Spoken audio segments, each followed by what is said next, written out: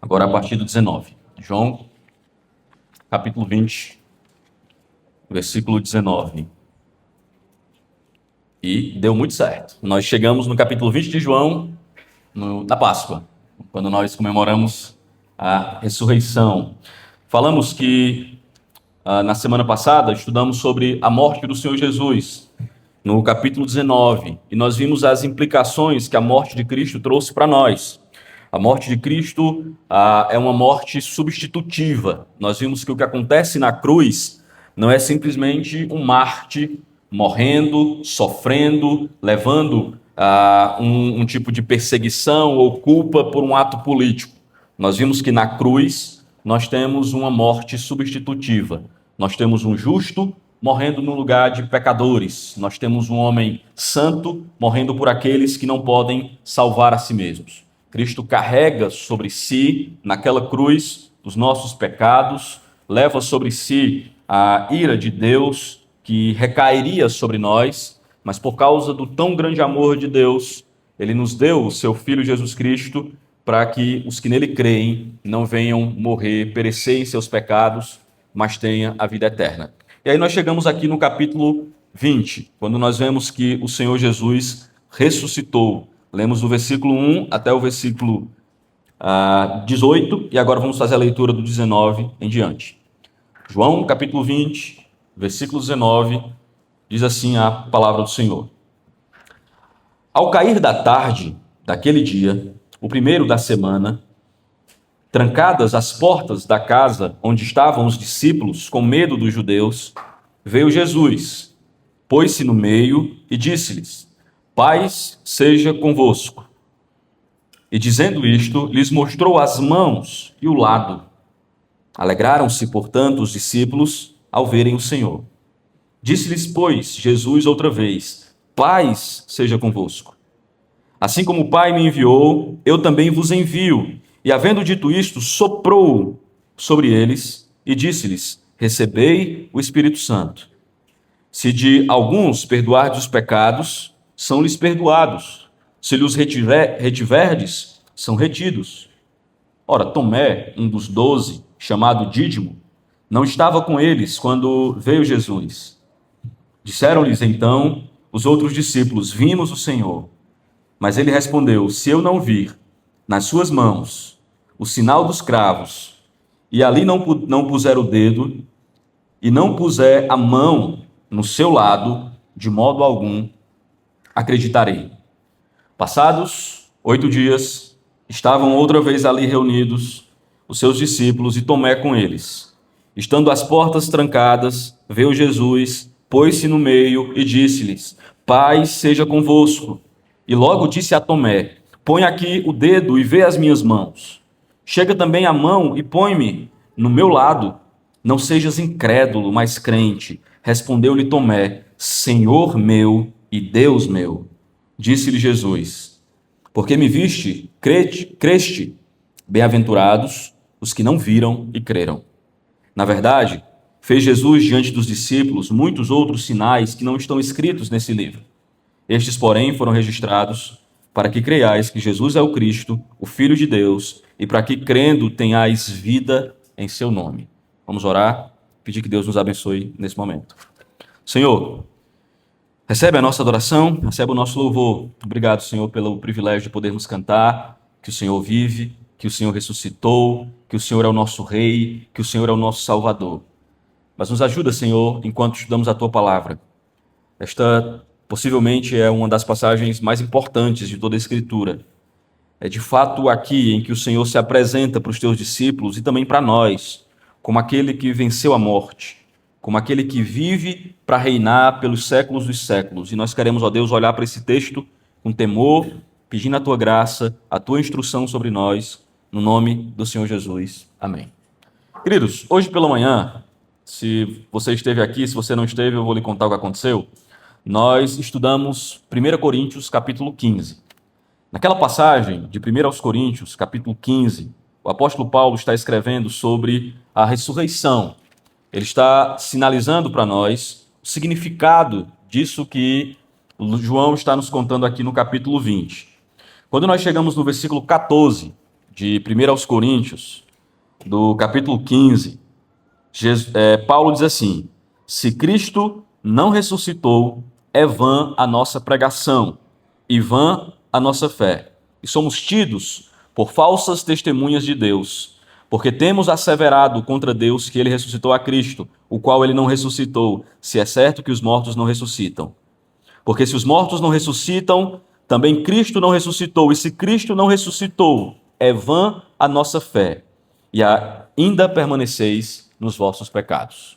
O que Paulo está sinalizando para nós é que isso que nós geralmente comemoramos nessa época do ano, ou rememoramos, ou trazemos à lembrança, nós fazemos isso quando ceamos, mas nós também fazemos isso num dia como o de hoje.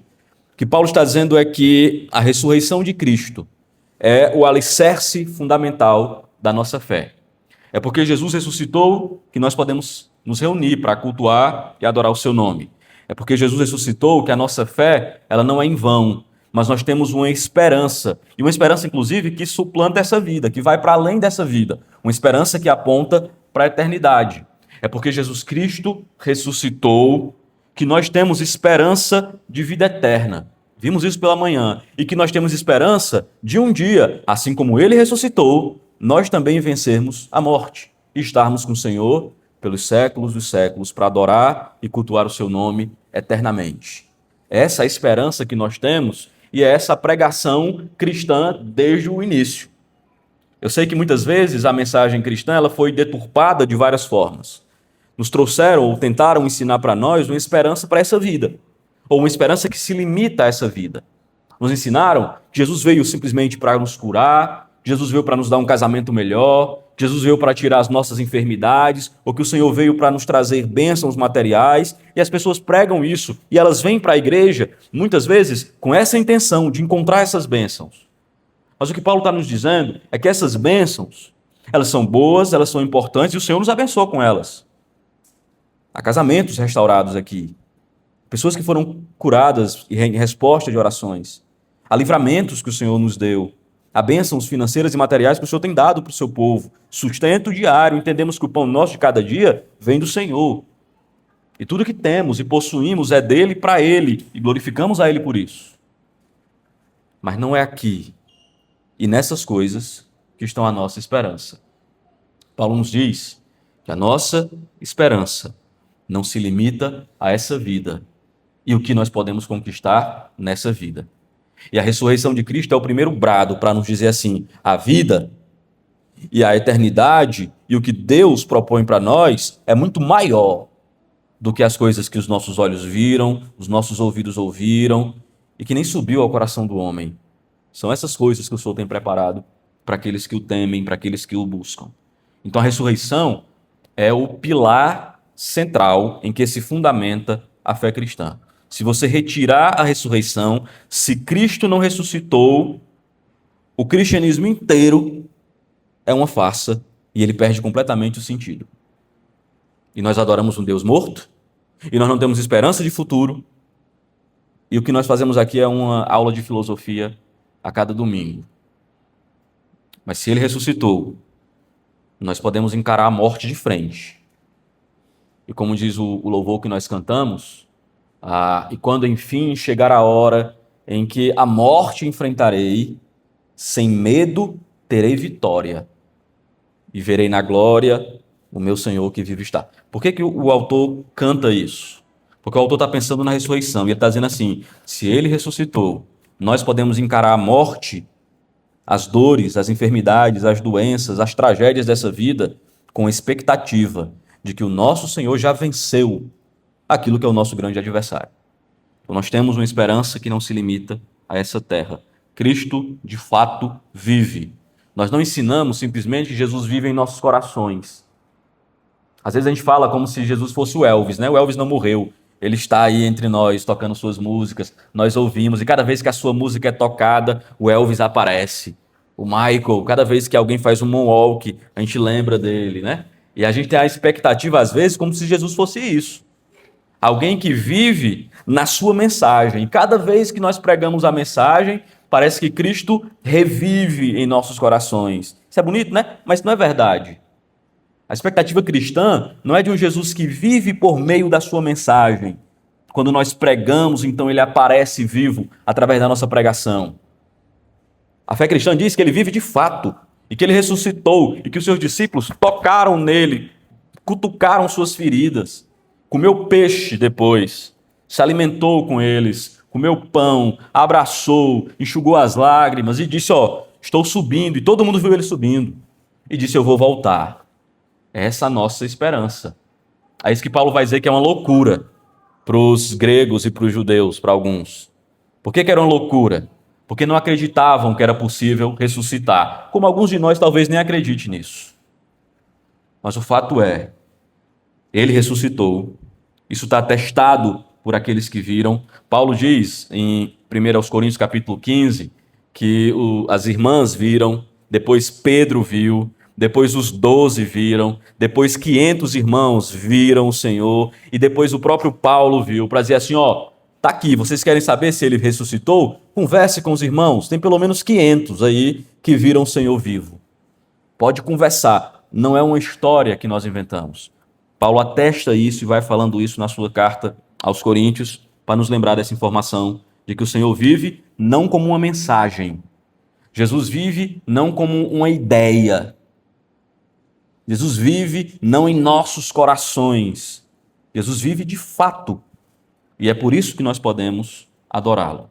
João, portanto, João 20, é uma convocação para uma fé ativa e não simplesmente uma fé de ideias, mas uma fé experiencial com Cristo que vive, que ressuscitou e que fala com o seu povo diariamente, que nos encontra e que nos move para a missão que ele mesmo entregou aos seus discípulos nesse texto. O título que eu coloquei aqui foi Missão, Ressurreição e Missão, porque a ideia aqui central que vai aparecer nesse texto é, após a ressurreição, Cristo vai dando missão para os seus discípulos. E eu entendo que a ressurreição de Cristo não somente é a base da nossa fé, mas a ressurreição de Cristo é a base da obra missionária. Por que nós pregamos o Evangelho? Porque ele vive. Por que nós cantamos louvores? Porque ele vive. Por que nós nos reunimos para adorar o Senhor? Porque ele vive. Por que a gente quer que os nossos familiares escutem a mensagem e às vezes ficamos que nem doido falando para eles e eles querendo rejeitar e nós dizendo, meu filho, você precisa crer que ele vive. Exatamente por causa de João 20. Ele vive e porque ele vive, nós proclamamos essa mensagem dia após dia, semana após semana, para todo mundo que quiser escutar e às vezes até para quem não quer. Ele vai ouvir, ele só vai rejeitar. Mas ele ouvirá, porque o Senhor disse que nós deveríamos pregar a toda criatura. A primeira cena que nós vemos aqui é da Maria Madalena, né? Vocês viram lá do versículo 1 até o versículo 11, né? 10, 11. As irmãs são as primeiras a chegarem no sepulcro de madrugada. Elas vão lá e atestam a ressurreição. A Maria vai ao túmulo, ainda de madrugada. O túmulo está vazio. Pedro e João depois correm para lá. João entra, vê os lençóis e crê. Algumas pessoas tentam fazer algum tipo de uma ideia mística por trás dos lençóis, né? Então, talvez você já tenha visto aí no Instagram, na internet, o povo dizendo assim, o lençol dobrado. É porque os judeus, quando estavam comendo, às vezes eles dobravam os lençóis, o lenço e botavam lá dobradinho para dizer que depois ia voltar para a mesa e tal. Mas isso é um costume secundário, isso não é um costume do tempo de Jesus. A ideia do lençol dobrado aqui é muito mais simples do que a gente tenta imaginar, procurando sentido oculto nisso. É simplesmente para dizer assim, ele não saiu às pressas. Não foi um roubo de um corpo. Não foi alguém que foi lá e raptou o corpo de Jesus de madrugada, às escondidas, apressado para que ninguém visse, para que os guardas não encontrassem. O lençol estava dobrado para dizer assim, ele saiu lentamente. O corpo não foi roubado. O corpo, ele ressuscitou e deu tempo de dobrar os lençóis e saiu de boa. Essa é a ideia do texto. É atestar para aquele que está lendo que não houve um roubo, que é o que os fariseus e os religiosos vão tentar dizer contra os discípulos, né? Olha, vamos inventar que eles roubaram o corpo do Senhor Jesus. E João está mostrando que não houve isso. Muito pelo contrário. Eles chegaram lá e já estava tudo organizado, os lençóis organizados, a pedra removida e o corpo ausente, descartando a hipótese de roubo. E aí, irmãos, de novo, a nossa fé não é um mito. A nossa fé é baseada num atestado histórico de que o Senhor Jesus Cristo vive, de que o Senhor Jesus Cristo ressuscitou, e nós, de novo, eu quero enfatizar isso, não adoramos uma ideia. E a nossa fé não é numa ideia, a nossa fé é numa pessoa. A fé cristã, ela não é só um conjunto de verdades que nós vamos abraçando e eu acredito nessas ideias. A fé cristã é a fé numa pessoa, é a fé num homem, é a fé naquele que veio, que morreu e que ressuscitou. E a crença não é só nos fatos organizados como ideia, a crença é no indivíduo. Nós cremos em Jesus, nós cremos na pessoa de Cristo. Nós tivemos um encontro redentor com Jesus e não simplesmente com uma doutrina. A doutrina, é óbvio que ela é importante, a doutrina aponta para Cristo, a doutrina é tirada da Escritura, mas a experiência de salvação é muito mais do que algo cognitivo. Ela é algo de uma fé em um indivíduo, muito mais do que numa pessoa. Os discípulos, ao contarem a ressurreição do Senhor, escolhem o pior tipo de cenário.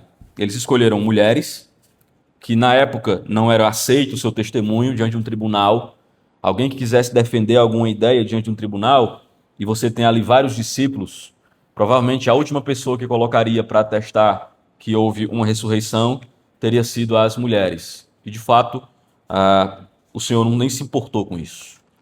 Se a história fosse montada e se nós fôssemos inventar a história da ressurreição, nós colocaríamos, sei lá, o Nicodemos para falar que encontrou ele ressurreto. Era um homem de autoridade, era um homem respeitado pela comunidade. Talvez nós colocássemos José de Arimateia, um homem rico, que tomou o corpo de Jesus e levou para o sepulcro. Talvez, se nenhum deles quisesse, nós colocaríamos um dos 12, pelo menos era um homem atestando a ressurreição. Mas a Bíblia mostra as irmãs. Tanto as irmãs que estavam lá chorando aos pés da cruz, como as irmãs que são as primeiras a chegarem lá no sepulcro, ainda de madrugada, cuidando do Senhor. Aqui nós vemos uma relação de amor entre Maria Madalena e o Senhor Jesus, as suas lágrimas, a sua preocupação, a sua sinceridade. O evangelista ele não faz questão de maquiar nada do que acontece. O evangelista mostra que ela está ali sem acreditar. O evangelista mostra que Tomé não acreditou. O evangelista mostra que Pedro não acreditou. O evangelista vai mostrando que nenhum dos irmãos ali estavam meio que acreditando no que estava acontecendo. Nenhum deles foi colocado ali como um grande herói, que está vendo a cena e está vendo como nós cremos desde o começo. Pelo contrário, todos os irmãos que são citados aqui, talvez com exceção de João, que é o primeiro que chega e diz que quando ele vê, ele crê, quando ele vê os lençóis, os demais irmãos, parece que tem uma luta interna entre acreditar, não acreditar, ter medo. Será que ele ressuscitou mesmo? Será que não levaram? Será que foi o jardineiro que levou? E eles vão lá procurando alguma explicação para o que aconteceu. Eles não fazem questão de maquiar aquilo que está acontecendo no texto. E aí Cristo se revela para essa mulher de um modo muito bonito. Eu acho uma das passagens mais bonitas da Bíblia. Eu não sei explicar o que eu sinto quando eu leio essa passagem. Toda vida que eu leio, que eu vejo Jesus dizendo assim, Maria, dá um negócio legal em mim, assim, eu sinto uma emoção boa. Eu não sei explicar por quê, mas o fato é que eu acho essa cena bonita. Ela olha, ela vê dois homens sentados no túmulo de Jesus. Os homens dizem para ela quem ela está procurando. Ela responde. Depois o próprio Cristo aparece, ela não reconhece. Pergunta, mulher, por que choras? Versículo 15. A quem você procura? Ela quase que numa cena de pedindo misericórdia. Senhor, se o Senhor tirou ele, dize-me onde você colocou para que eu possa ir lá buscá-lo. E então Jesus diz, Maria. E aí parece que ela reconhece. Quando o Senhor a chama pelo nome, ela finalmente reconhece que ali é o seu Salvador que ressuscitou. Ao ler isso, eu lembrei de dois textos. O primeiro texto que eu lembrei foi de Isaías 43, versículo 1, quando o Senhor, falando para a nação de Israel, diz assim, eu chamei-te pelo nome, tu és meu. A ideia do Senhor chamando o seu povo pelo seu próprio nome, Israel, você é meu, e traz esse povo para si. É como se o Senhor estivesse mostrando para Israel a intimidade que ele quer ter com aquele povo. Vocês são meus e eu chamo vocês pelo nome de vocês. Vocês não são estranhos, vocês não são distantes, vocês não são um povo, que eu ouvi falar. Vocês fazem parte do meu povo e eu chamei vocês pelo próprio nome. O próprio João, capítulo 10, versículo 13 e 14, diz que o pastor chama as ovelhas pelo nome. E aí o Senhor, chamando Maria, ela reconhece a voz do seu pastor. E aí eu penso que essa experiência, em certo sentido, é a experiência nossa. Quando o Senhor nos encontrou e se mostrou para nós como Cristo que ressuscitou dos mortos, Ele não chamou simplesmente um povo genérico. Ele chamou o seu povo, cada um, pelo nome. É a experiência de intimidade com o Senhor Jesus, de um Deus que nos ama não somente como povo, e é verdade que Ele nos ama como povo, mas um Deus que nos ama individualmente, que nos conhece pelo nome, que conhece as nossas dores, que conhece os nossos dilemas, que vê o nosso choro e que diz: Maria, Hélio, Elaine e tantos outros de vocês. Eu não conheço, né? Mas o Senhor conhece, Elaine. Pelo nome, e não esquece o nome, e nos chama para perto dele. Eu lembrei também daquele louvor que diz assim: quando nós ouvirmos o Senhor nos chamar, quando o meu nome ouvirei Jesus chamar. Glória, glória, aleluia, o meu nome ouvirei Jesus chamar. Eu acho que essa é uma das experiências mais legais que a gente vai ter naquele grande dia, quando o Senhor chamar o nosso nome. O nome daqueles que foram escritos no livro da vida do Cordeiro, que foi morto antes da fundação do mundo, como diz Apocalipse. Um dia, aqueles que estão em Cristo serão chamados pelo nome. Ouviremos o Senhor nos chamar. Aqueles que tiveram seus nomes escritos no livro da vida. Eu espero que você seja um deles. Espero que você já tenha crido nesse Cristo que ressuscitou, para que você também tenha esperança de vida eterna. Não esperança porque você faz boas coisas. Não esperança porque você fez boas obras, ou porque você é um homem bom e uma mulher boa, e uma pessoa que fez grandes coisas nesse mundo, digna de entrar no céu. Essas obras não nos levarão para o céu. Nossa bondade é insuficiente para nos levar para o céu. Mas a morte de Cristo na cruz do Calvário levou sobre si os nossos pecados, e a sua ressurreição nos garante que o sacrifício foi aceito e que nós temos esperança de vida eterna e de ouvirmos o Senhor chamar o nosso nome. A tristeza de Maria, o choro de Maria diante da morte, diante da possibilidade de que o Senhor, essa mulher, a mulher que foi encontrada pelo Senhor Jesus, endemoniada, né? A Bíblia diz que essa mulher é aquela de quem Jesus tirou 7 demônios. É essa a Maria Madalena. Aí você imagina essa mulher, teve um encontro com o Senhor curou ela dos demônios, expulsou os demônios, ela tem uma vida nova, e agora aquele Senhor que lhe encontrou, que olhou para ela, que repreendeu os demônios e que deu uma nova vida, essa mulher agora vê o seu Senhor morto, e ela ficou com ele até o fim, olhando para ele, ela viu a crucificação, ela tomou o corpo, ela limpou o corpo do Senhor, passou bálsamo, levou para o túmulo junto com os homens. E aí, no terceiro dia, ela está lá no túmulo de manhãzinha para chorar, para orar, não sei fazer o quê. Talvez para, não sei, com saudade, com dor, com luto. E ela encontra a melhor notícia da vida dela, que o Senhor ressuscitou. O que essa mulher encontrou é aquilo que nós também, de certa forma, encontramos. As nossas vidas não é muito diferente da vida de Maria Madalena. Se você levar muito a sério o que a Bíblia diz sobre quem é você, e você lembrar de Efésios capítulo 2, quando a Bíblia diz que você é alguém que estava morto em seus delitos e pecados, quando a Escritura diz que você estava alheio a Deus, quando a Bíblia diz que você andava segundo o curso deste mundo, segundo o Espírito que atua nos filhos da desobediência, estou lendo Efésios 2, versículo 1 e 2, quando a Bíblia diz que você estava entre os quais vivia segundo a inclinação da sua carne, fazendo a vontade da carne e dos pensamentos, quando a Bíblia diz que nós éramos, por natureza, filhos da ira, como também os demais, e Deus, sendo rico em misericórdia, nos amou e retirou os nossos demônios e curou a nossa vida e perdoou os nossos pecados e nos deu um encontro de salvação. Quando nós ouvimos a notícia de que o nosso Salvador não está morto, isso deveria fazer a gente ter a certeza de que nada nos tira das suas mãos. Maria, nesse momento, ela tem uma única convicção na vida dela: aquele que me amou vive. E se ele vive, eu estarei com ele para sempre. Talvez seja por isso que Jesus diz assim: não me detenha. Eu tenho que ir para o meu pai ainda. Calma, Maria. Espera um pouquinho mais, eu vou voltar para o pai. Ainda não chegou o momento de estarmos eternamente juntos. Não me detenha. Eu acho que Maria aqui está igual Pedro naquela cena da transfiguração. Senhor, não importa mais o resto. Eu quero estar aqui, eu e o Senhor vivo e ressurreto. Você que é cristão e você que não é cristão, todos nós aqui. Só tem dois grupos aqui, o que é crente e o que não é crente. Então, é para todos nós. Você já teve essa, ainda que seja cognitiva, você já teve esse senso que a Escritura nos chama a ter,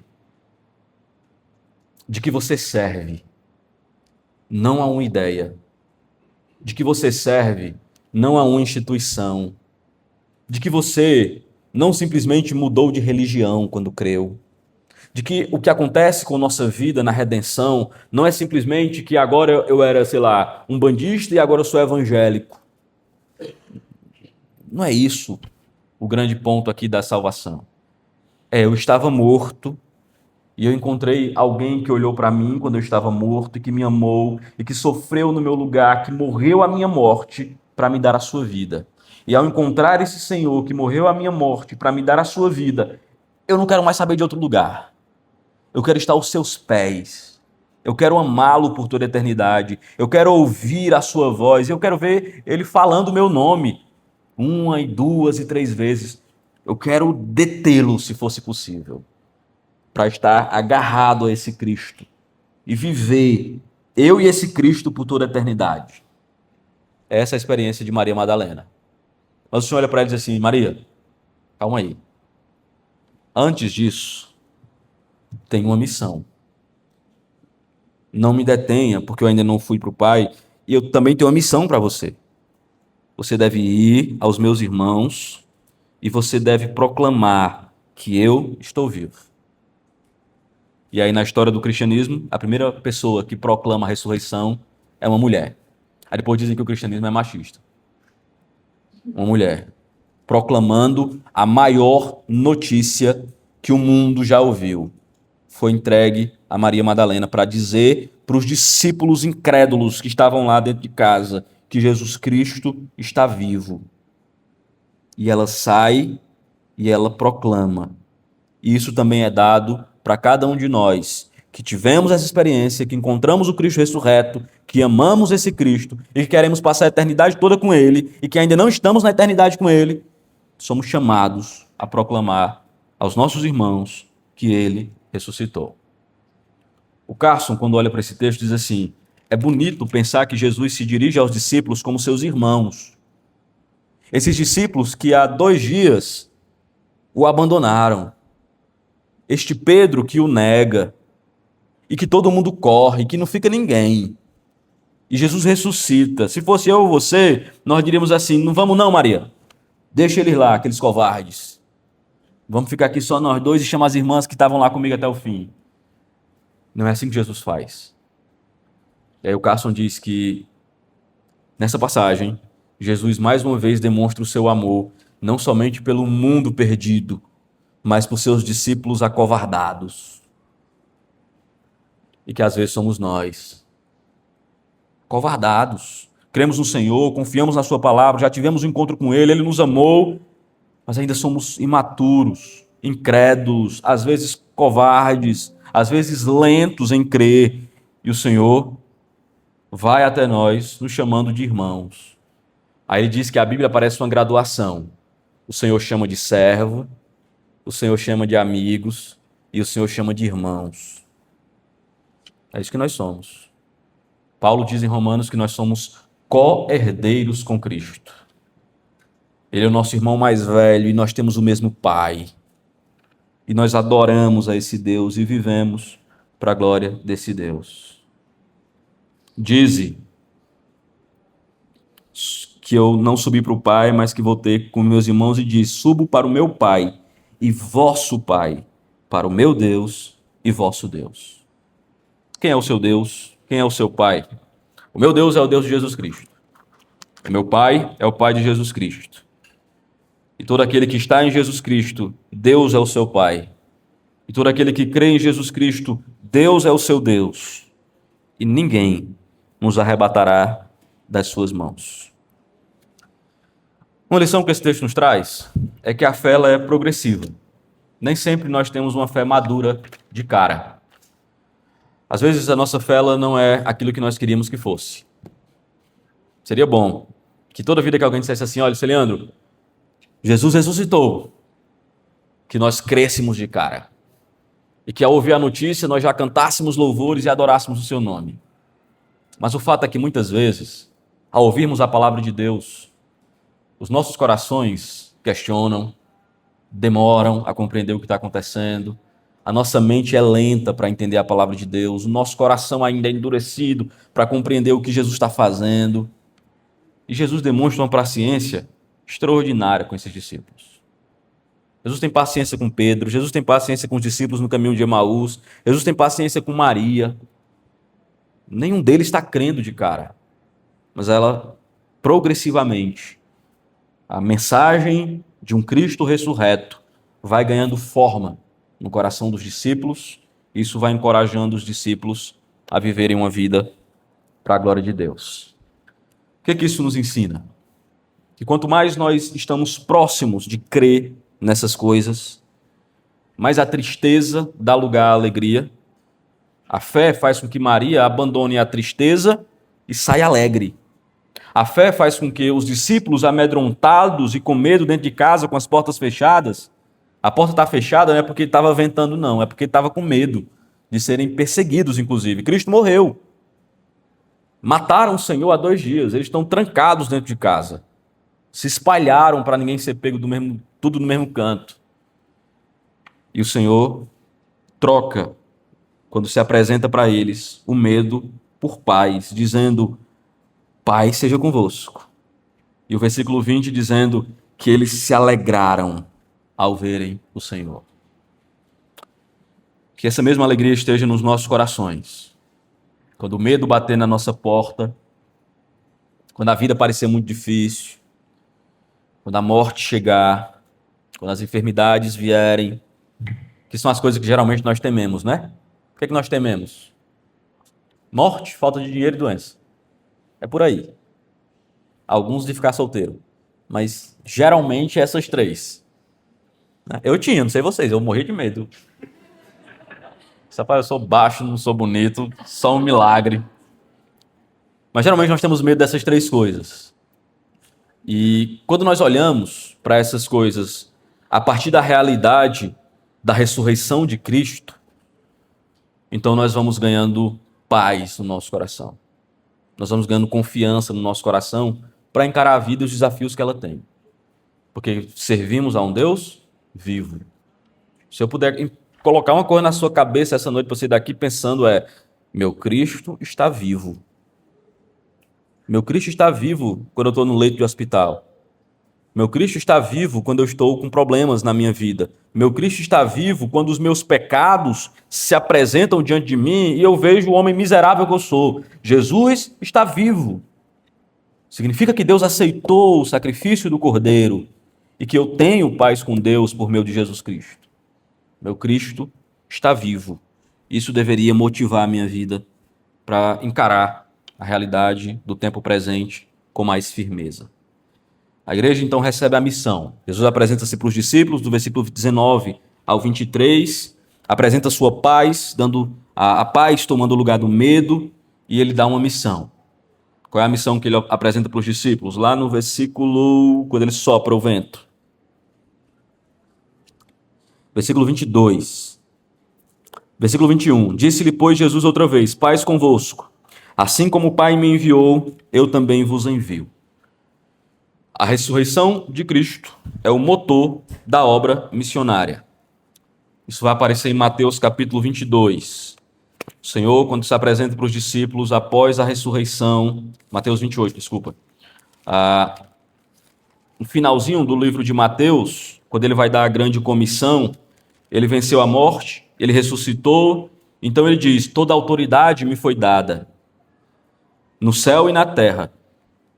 E já que toda autoridade me foi dada, já que eu ressuscitei, já que a morte foi vencida, ide, portanto, fazei discípulos de todas as nações, batizando-os em nome do Pai e do Filho e do Espírito Santo, ensinando-os a guardar todas as coisas que vos tenho ordenado. E qual é o combustível? Eis que estou convosco todos os dias, até a consumação dos séculos.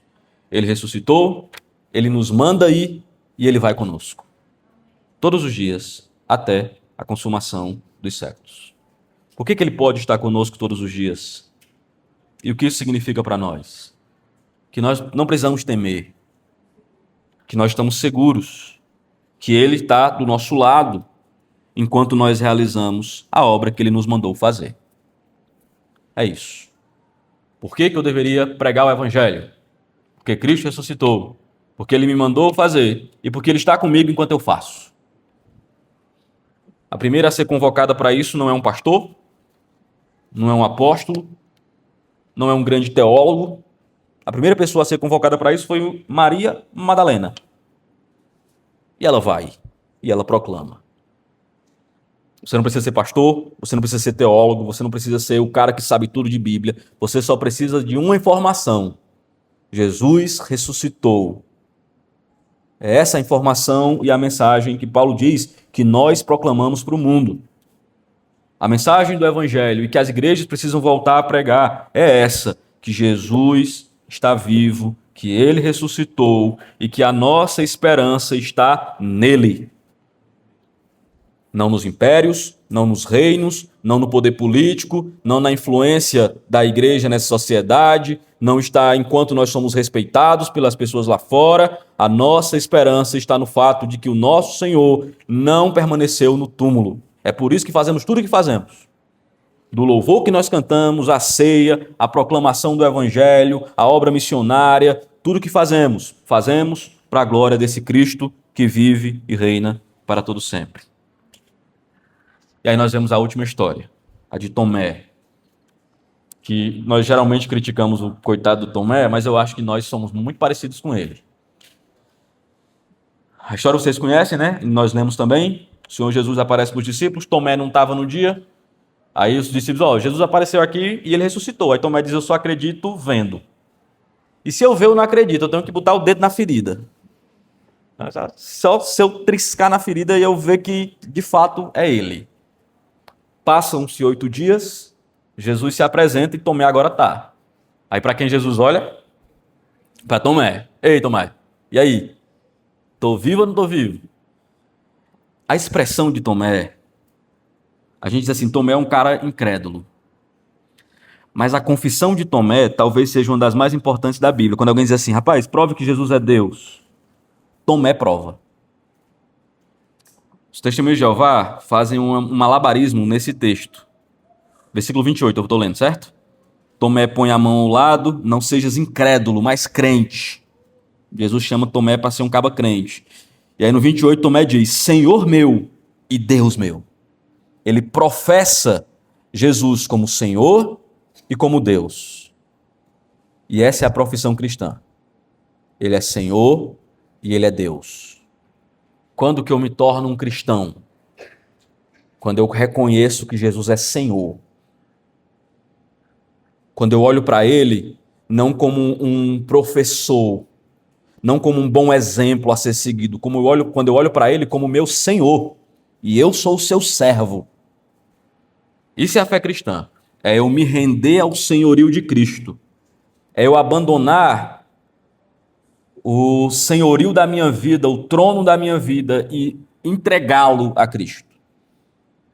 Ele é o meu Senhor. Mas não só isso, porque ele não é que nem Maomé. Ele é o próprio Deus. E aí Tomé diz: Senhor meu e Deus meu. O malabarismo que a Testemunha de Jeová faz é assim. É como se Tomé dissesse assim: vala-me Deus.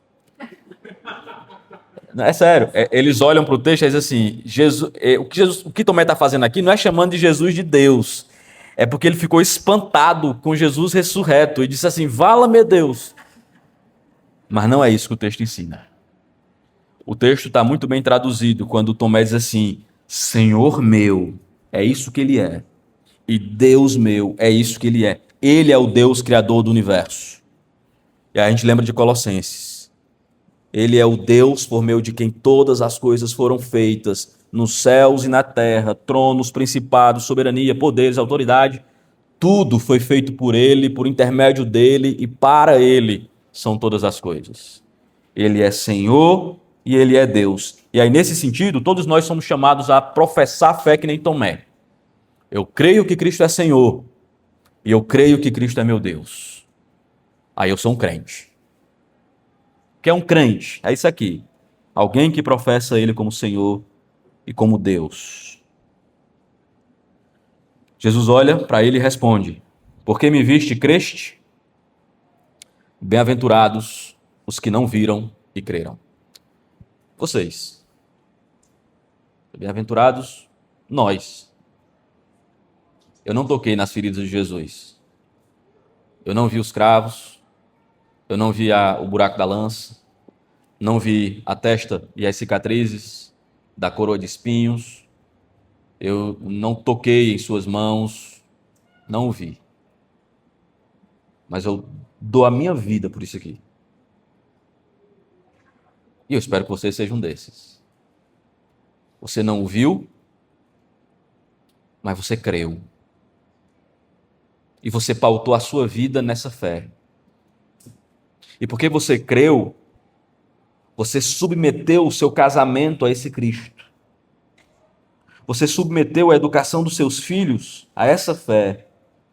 Você submeteu os seus desejos e vontades a esse a quem você não viu, mas em quem você creu. E que você nunca tocou, mas que você sabe que ele é real. E que você é capaz de, por ele, viver e morrer. Como muitos ao longo da história fizeram. Muitos morreram por Cristo, mas todos são chamados a viverem por Cristo e para Cristo. Talvez você não seja um cristão que vai morrer por Jesus. Tomara que não precise. É bonito, mas não é uma coisa que ninguém queira desejar para ninguém. Ser um mártir. A maioria de nós, talvez ninguém de nós aqui vai ser. Mas todos nós somos chamados a vivermos para Cristo. Todos nós somos chamados a olhar para Ele pela fé e crer nele. Bem-aventurados os que não viram, mas creram. Bem-aventurados cada um de vocês. Hebreus 11, versículo 1, diz que a fé é a certeza das coisas que se esperam, a convicção de fatos que se não veem. Pela fé, os antigos obtiveram bom testemunho. Pela fé, entenderam que foi um universo formado pela palavra de Deus, de maneira que o visível veio a existir das coisas que não aparecem. Essa é a definição bíblica do que é fé. Crer, mesmo em coisas que nós não vimos com os nossos próprios olhos. Segundo aos Coríntios 5,7 diz que nós não andamos por vistas, nós andamos por fé. 1 Pedro 1,8 diz que nós o amamos sem tê-lo visto. 1 Pedro, vou ler esse texto para não sair errado. 1 Pedro 1,8, espadas para o ar. Se eu usar as duas mãos é mais fácil.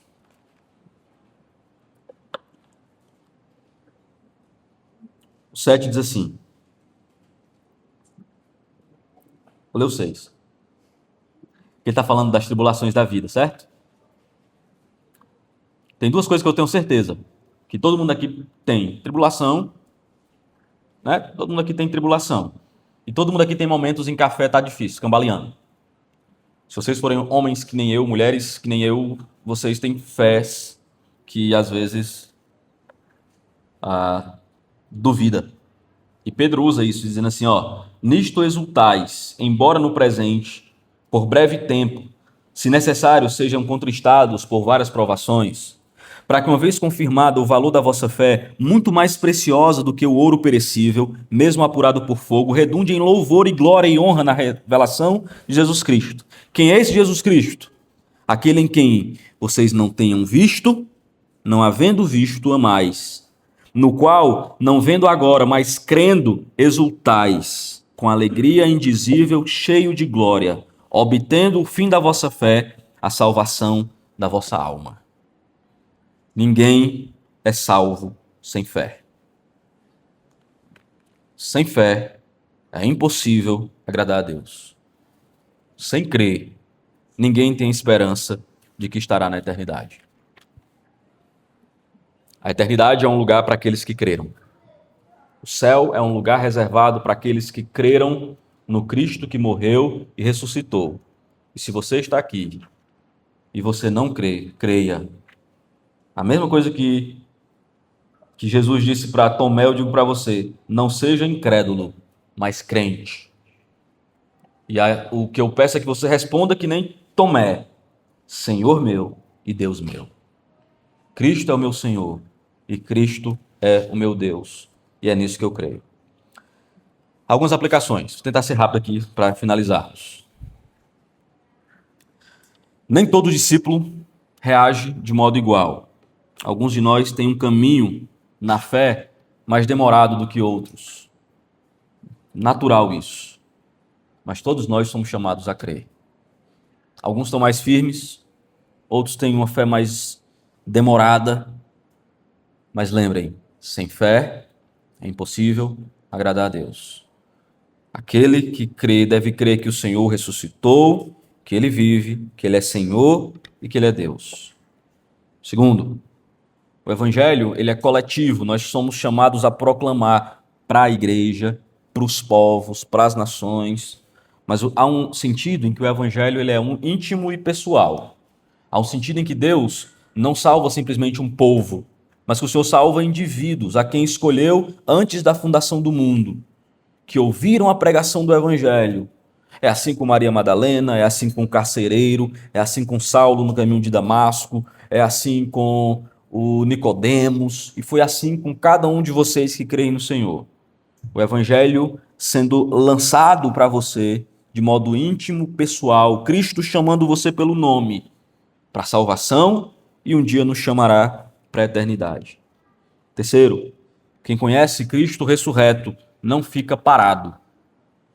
A vida cristã exige de nós uma caminhada missionária. Alguém já disse, e disse de maneira muito certa: ou você é um missionário, se você é um cristão, ou você é um impostor. O cristianismo nos impulsiona.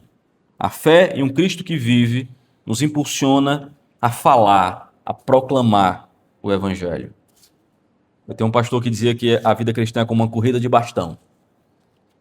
E ele dizia assim: eu já estou ficando velho, e o pastor me entregou um bastão, e agora eu passo o bastão para você, e você deve passar o bastão para outras pessoas, e a corrida cristã vai caminhando, passando de mão em mão, de proclamação em proclamação. E de Maria Madalena até hoje à noite, alguém foi dizendo que Cristo ressuscitou, e nós continuamos proclamando isso. Isso é o Evangelho. 4 ou 5, não sei mais. A presença de Cristo lança fora todo medo. Saber que Ele está vivo, que Ele está conosco, deveria nos encorajar a vivermos a nossa vida sem temor. Quando o medo bater na porta, lembra que você serve um Deus vivo. Quando a angústia vier, lembra que o seu Senhor não está crucificado, nem morto no túmulo, nem os vermes comeram. Mas Ele vive, reina, ressuscitou, subiu aos céus, está sentado à direita de Deus. E como diz o credo, está intercedendo por nós. Ele vive. 5. Dúvidas honestas precisam ser tratadas com discipulado e graça. Tomé duvida e Cristo não usa a dúvida para expulsá-lo e afastá-lo. Jesus usa a dúvida para se aproximar de Tomé. Quando os nossos filhos tiverem dúvidas sobre a fé, não é simplesmente para dizer assim: menino, cala a boca, deixa de falar. Não, traz ele, explica a fé para o teu filho. As dúvidas precisam ser tiradas, as dúvidas precisam ser esclarecidas. Nós precisamos falar para aqueles que duvidam com honestidade, a fim de tirá-los. Porque as dúvidas, irmãos, nos afastam do Senhor. As dúvidas, elas não podem ser simplesmente lançadas aqui e esquecidas aqui do lado. Uma hora, ela vai voltar. Isso vai trazer incredulidade aos nossos corações. Dúvidas honestas precisam ser tratadas com honestidade, a fim de que a fé possa germinar nesse coração. Há espaço para perguntas na fé cristã, certo? A fé cristã tem espaços para perguntas e para perguntas difíceis. Tem perguntas difíceis de serem feitas. Ressurreição é uma delas. Paulo está lidando com esse assunto, dizendo assim, ele ressuscitou. Aí você fala, como é que pode? E Paulo trata desse assunto com muita clareza, respondendo a perguntas difíceis para fortalecer os irmãos na fé. E por último, bem-aventurados os que não viram, mas creram. Embora a fé cristã tenha espaço para dúvidas, feliz, bem-aventurado é aquele que crê. É aquele que lançou suas dúvidas aos pés da cruz e confia na redenção e na salvação por meio de Cristo. Amém? Vamos orar, chamar o grupo de louvor para nós cantarmos. Pai, nós te damos graças, bendizemos o teu nome, te louvamos.